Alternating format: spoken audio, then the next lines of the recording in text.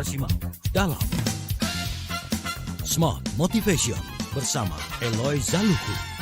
Smart Motivation.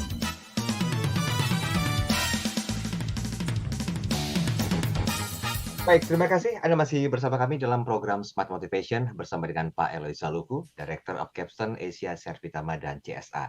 Nah, hari ini kita bicara tentang bagaimana budaya organisasi memakan habis strategi yang telah dibuat. Tadi Pak Eloy jelas memberikan satu definisi pembahasan tentang strategi formulation ya.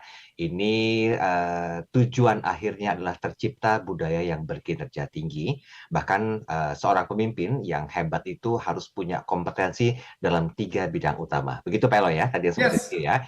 Yang pertama tentunya para pemimpin harus tahu tentang strategi dan juga execution, juga mengerti tentang problem solving dan decision making, dan tidak ketinggalan harus penuh kreativitas dan juga ujung-ujungnya menghasilkan sebuah inovasi. Nah, tetapi kita tadi sempat terhenti tentang pembahasan apa itu strategi. Pak Eloy, sebelum saya beralih ke WhatsApp, ada 2 komentar yang masuk ini. Kita rampungkan dulu tentang apa itu strategi Pak Eloy, karena memang ini ada hubungannya dengan tema kita hari ini. Kok bisa gitu loh, budaya organisasi memakan habis strategi bagus yang semua pemimpin pasti membuat hal tersebut. Silakan Pak Eloy. Thank you Mas Daril dan smart listeners, sahabat TML. Tadi saya sampai pada pertanyaan, kalau para pakar dan ahli mendefinisikan strategi dengan beberapa penjelasan sebelumnya, maka pertanyaannya adalah, then bagaimana memilih apa yang dilakukan dan apa yang tidak dilakukan?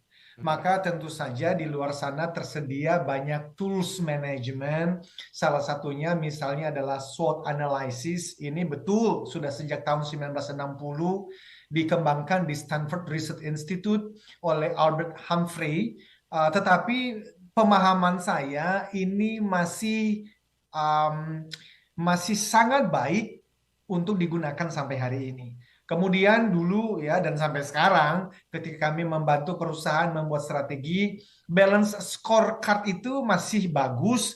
Saya jadikan itu sebagai tesis S2 saya. Dan kemudian sekarang yang di mana-mana dibicarakan mengenai OKR ya, Objective by Key Results. Saya kira saya tidak perlu menyampaikan contoh-contoh ya Mas Daril mengenai hal itu, karena justru yang saya mau garis bawahi sebetulnya kalimat berikut ini. So, smart listeners dan sahabat TML, tolong dengarkan baik-baik.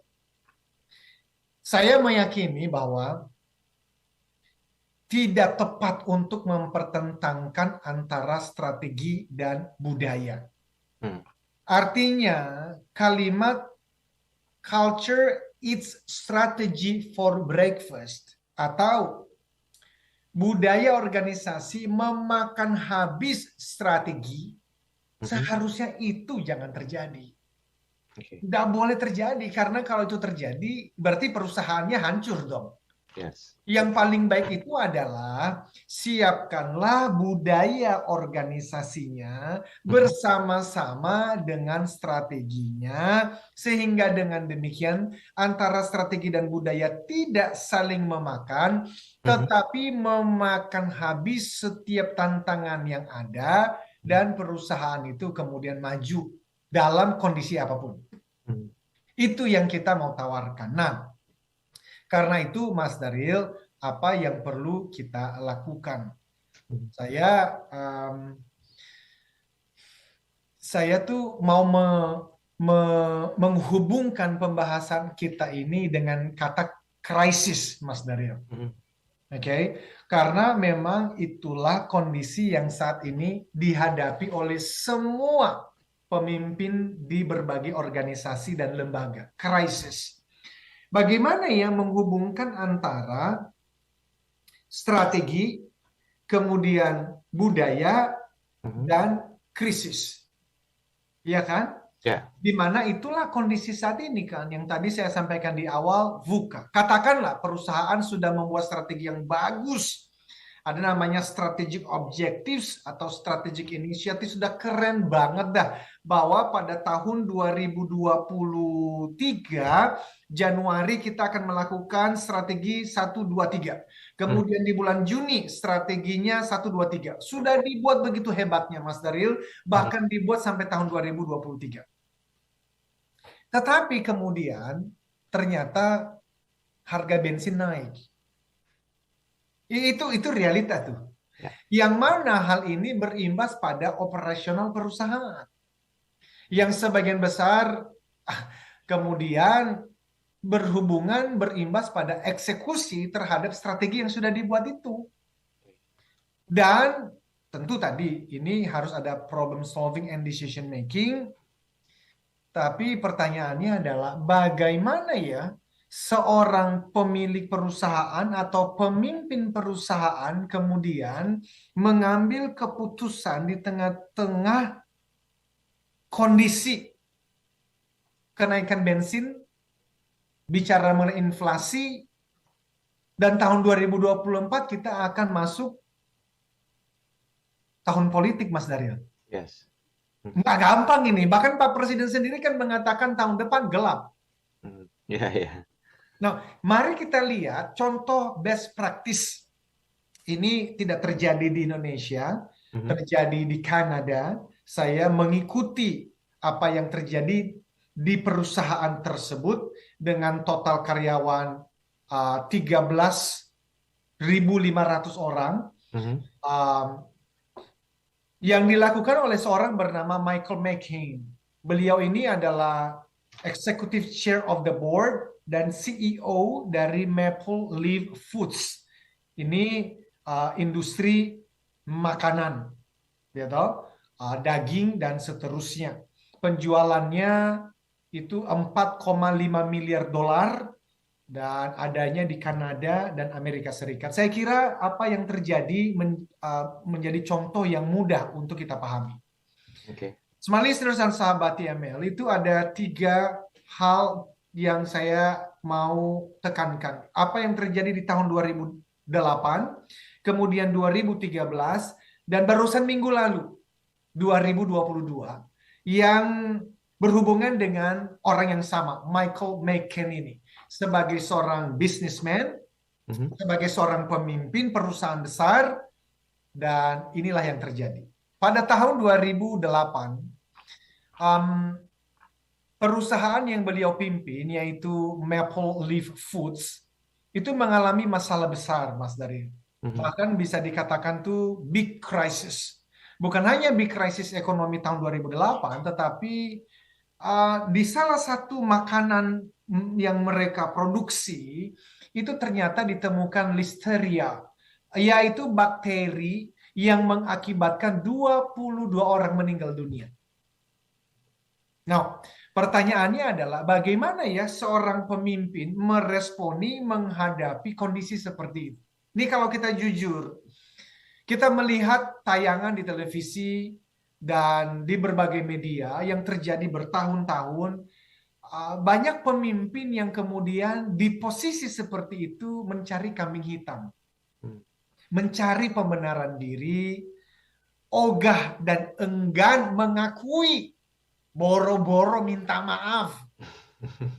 Tetapi kemudian beda dengan Michael McCain ini. Smart listeners bisa mencari di YouTube ya. Mulai dari tahun 2008 itu, beberapa waktu setelah 22 orang dikabarkan meninggal, McCain itu muncul di televisi dan mengatakan kalimat ini.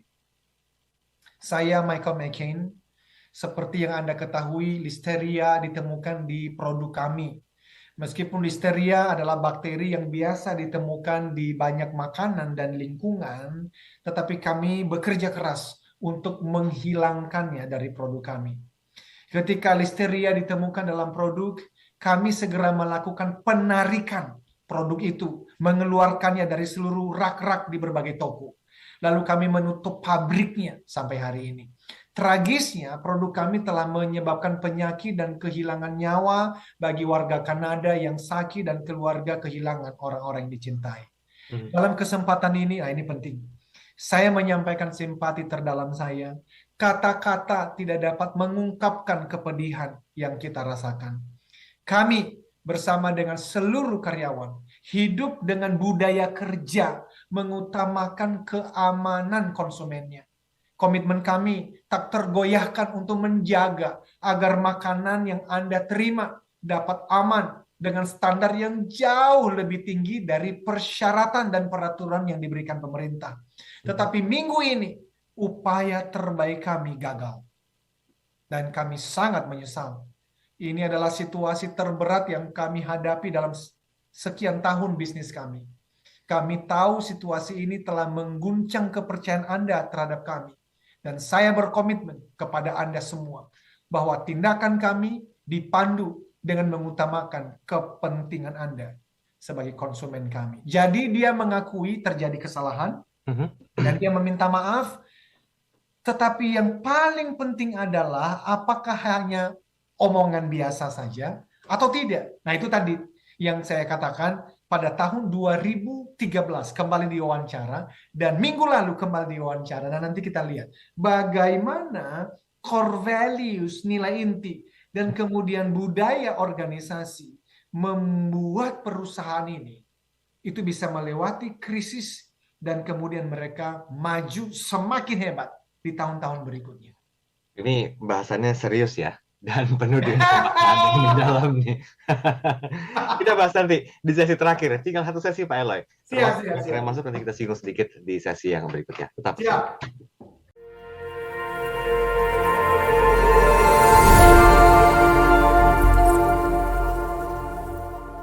Kabar gembira. Kini program TML Practitioner tanpa kriteria khusus hadir untuk seluruh masyarakat Indonesia. TML adalah singkatan dari Theocentric Motivation and Leadership yang merupakan model pembelajaran dan juga pelatihan dalam bidang motivasi dan kepemimpinan yang diintegrasikan dengan pemahaman spiritual. Pelatihan TML Practitioner dilakukan secara virtual bersama para Certified Theocentric Motivator terpilih dan Eloy Zaluku sebagai Founder and Master Teacher of TML. Ayo, dapatkan penawaran khusus dengan sistem TSA atau transfer semampu Anda. Terbatas untuk 100 orang pendaftar pertama. Segera daftarkan diri Anda melalui WhatsApp di 0813 983 98127 atau 0818 089 09199. Jadilah TML Practitioner dan ukir jejakmu.